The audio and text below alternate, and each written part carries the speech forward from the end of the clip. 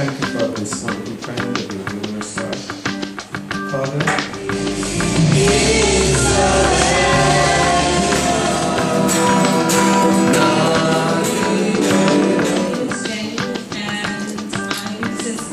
it's the song of every day. Everybody, I'm Mildred to those who do not know me, Sunny's mom, and this is the very first time I'm standing before a congregation to speak or to share the word of God with you. And I'm happy and thank Beatrice and Balaji for giving me this opportunity. First let me read the word of God and then we'll go into the message.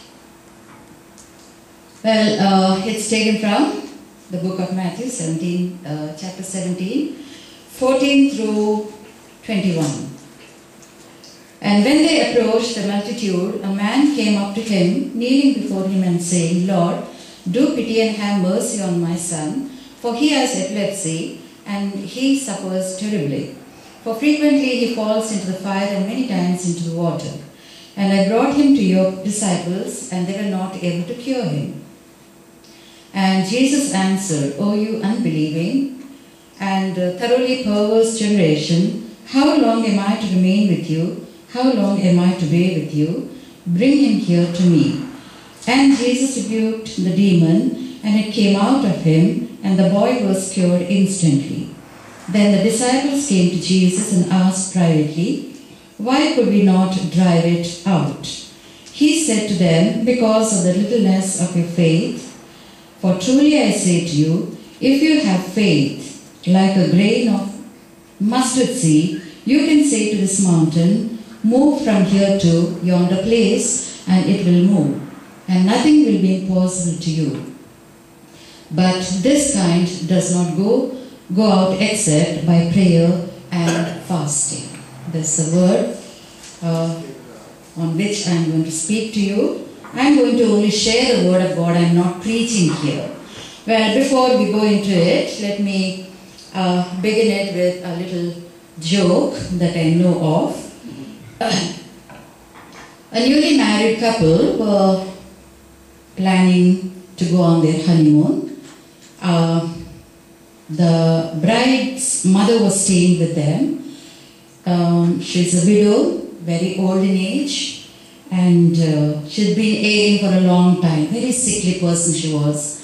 And imagine this elderly woman insisting on being taken to this on their honeymoon. She wanted to accompany the newly married couple on their honeymoon trip, and so she said that she would go with them. Though the daughter tried to make sense, but tell her that she's very sick and she can't endure the long journey and all that, yet she insisted, and so she had to finally accept, and that's what she told her husband in the beginning. He didn't like it, but because of his new bride, he had to accept it. Well, he accepted it, and now they have to decide where to go. They were making a list of places that they would like to visit, 1 or 2 places as such. So finally the wife said, let's go to Israel. The husband said, why Israel? Of all the places, why did you select Israel? We could go to some other place like Paris, London, or any other beautiful place in the world, he said. But she said, no. Somehow I came to know about the place. It's a beautiful place. Let's go there, she said.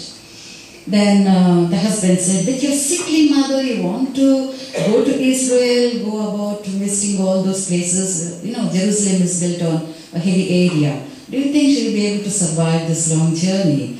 Then the mother said, no, it's good if we go to Jerusalem, if we go to Israel, it will be a blessing to us. This man said, somehow I don't like to go with your sickly mother to Israel because I heard that a long time ago a man died there and rose on the 3rd day.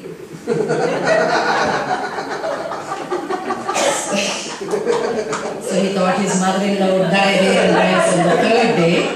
So he knew what. Anyway, that's only a joke. But that also tells us about how much faith a man has in the religion or in God or whoever that God might be that he believes in. So from the lesson that I've read here, you already know what I'm going to speak to you about. It's about faith. What does Jesus say here? If you have faith like a grain of mustard seed, how small is a mustard seed? Very tiny. He's not saying to us that if you have faith like a jackfruit, it's too big, isn't it? He says a tiny little seed, like the mustard seed. If you have faith as much as this little grain of mustard seed, then you can ask this mountain to move from this place and go yonder. And you can really perform miracles if you have that faith in you. But in order to have faith, he says that you must pray and fast. Fasting prayers are truly answered by God. I don't know how many of us do believe in it, but try and see. Not a drop of water should go into your mouth when you're fasting, okay? So God will certainly listen to your prayers. Now, what is this faith that we are going to talk about? Faith is not a vague hope which is grounded in wishful thinking. That's the very first thing we have to remember. It's not a vain hope, or it's not a vague hope. It is not just a wishful thinking. Our belief in God should be so strong that if we have that confident trust in the eternal God who is all powerful, who is infinitely wise and eternally trustworthy, then whatever we want to happen to us through faith can come to pass. It is a settled confidence. Faith is nothing but a settled confidence that something in the future will actually come to pass, provided you believe in the Lord.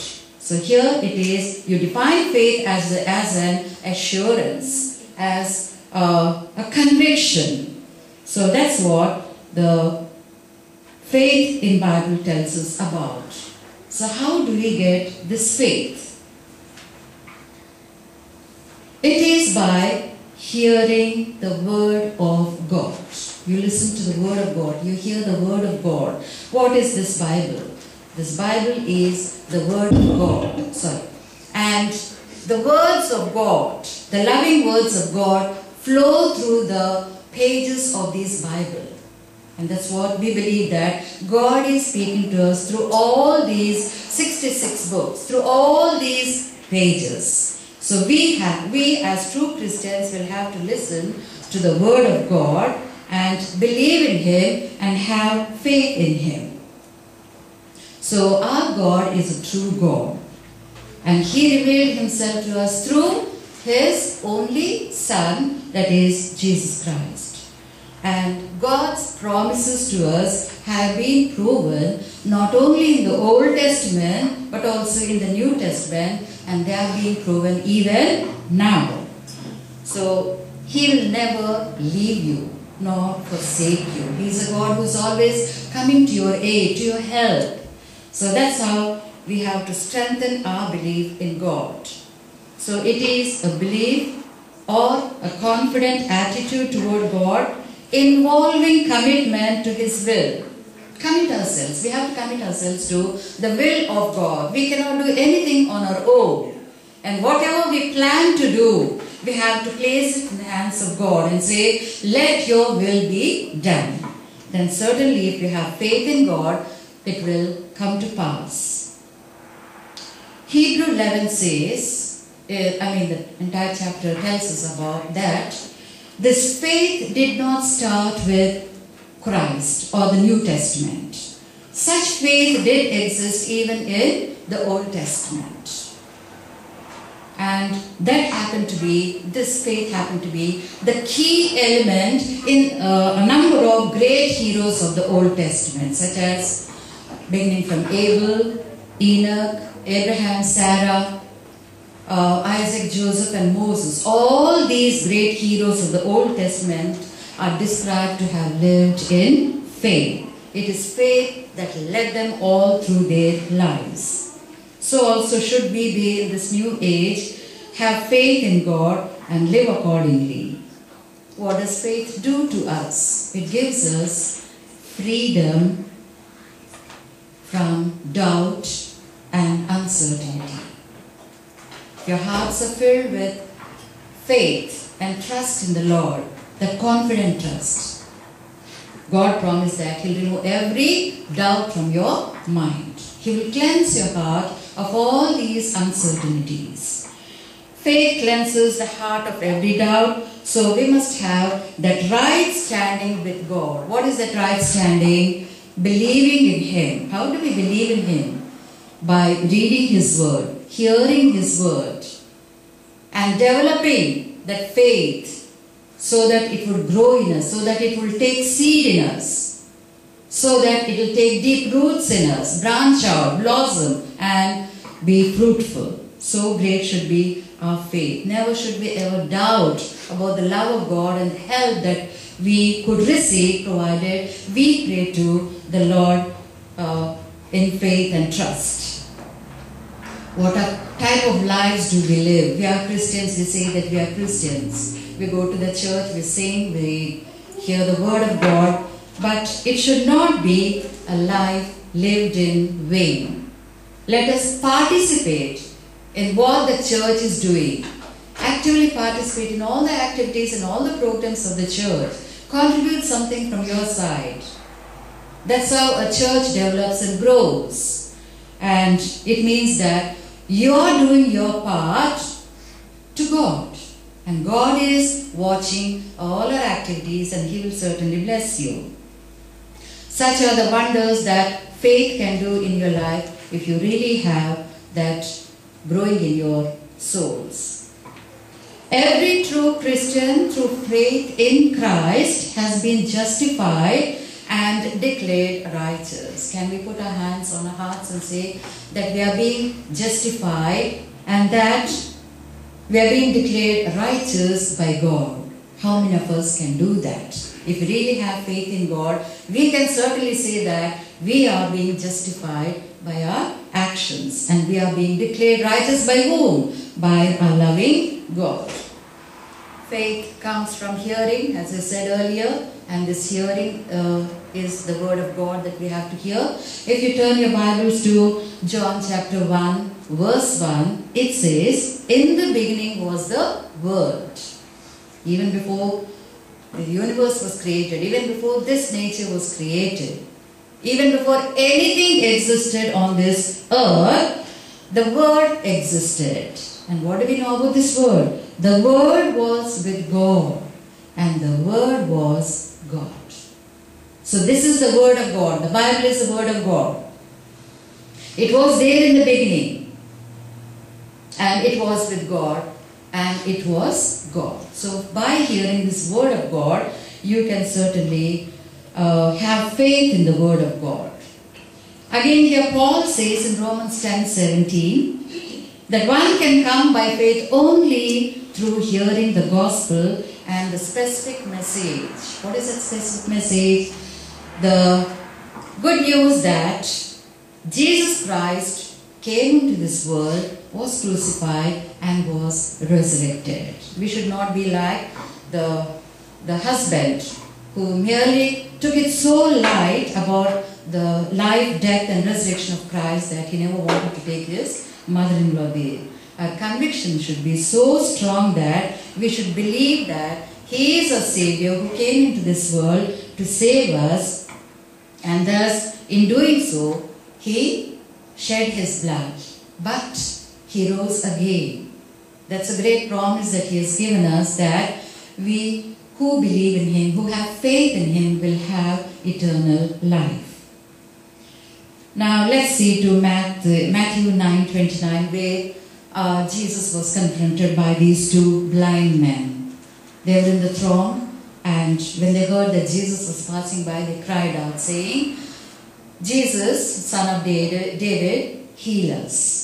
And when Jesus came to them, He said, "Do you think I am able to do this?" And what did they say? Because they had faith. What did they say? Did they say no? They said, yes, Jesus. So what did Jesus say? According to your faith, be it done to you. And they were healed, they were able to see, they praised God and went away from that place. So that is another example of faith that one should have in God. Then when we come to Mark 2:11, verse 22, Jesus says, have faith in God. This is in regard to the fig tree that he cursed. And the disciples were wondering as to what connection the fig tree had to believe in God or faith in God. They really did not get any connection there. Then Jesus says it means that they should trust God to remove whatever hinders them from bearing fruit to God. You want to bear fruit to God. You want to profess the name of God. You want to tell people about God, His love, His sacrifice, His resurrection. So in doing so, what does Satan do? It tries to hinder your progress towards your belief in God. So it means that if your faith is strong enough, you will be able to overcome all these hindrances. Then you have to enter counsel with your mind and question yourselves whether you are really faithful to God or not. Because God is faithful to us. We have to be faithful to Him. We have to believe in Him. We have to trust in Him. And every time you're down and lowly, every time you're troubled, and every time you're burdened with all these frustrations in the world, remember, there is one true God to look into you. And every time you feel so sad, so depressed and lowly, go into a room, bolt it, and then you speak to God. Speaking to God here is to pray to God, to pray to God. So when you pray to God, alone in the room, God in heaven will hear your prayers and He will answer them. They should be, that's how you have to trust in the Lord, that your prayers will be answered. So you want to rise to the heights that you have been dreaming of, then pray to God.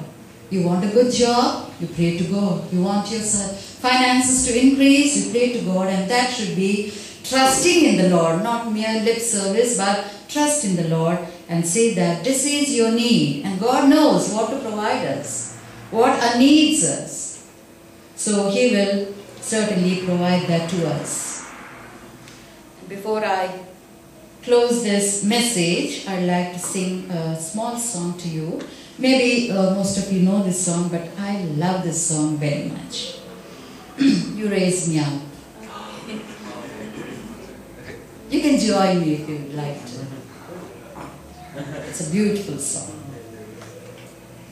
When I'm down and oh my soul so weary, when troubles come and my heart burden be, then I am still and wait in pure silence until you come and sit a while with me.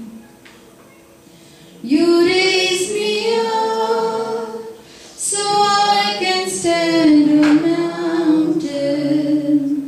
You raise me up to walk on stormy seas. I am strong when I am on your shoulders.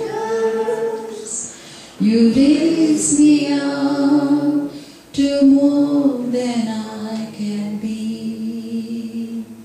You raise me up to more than I can be. So this is how we have to trust the Lord.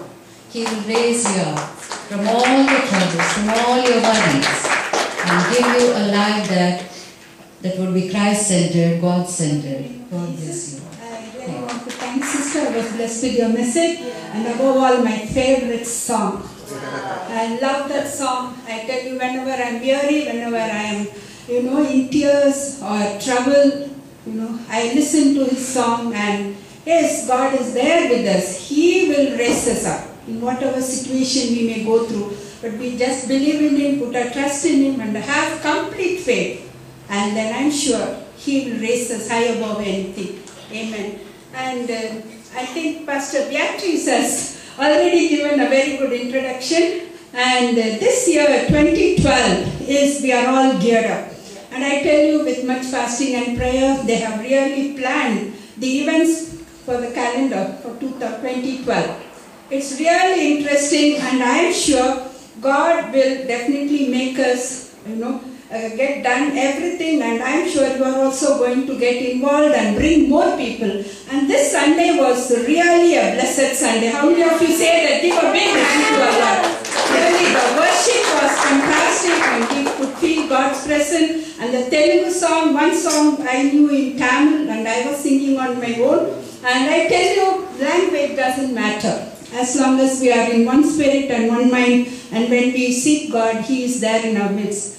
And we are going to have an exciting event coming up this January 21st Saturday, and it's going to be ski and snowboarding trip. Okay, and the coordinators are right here in midst of us. It is Sunny, he's there, and then Bala is there, and Tarun. You can contact them, and if you are interested, they will tell you, give you all the details. And again, we are going to have special days.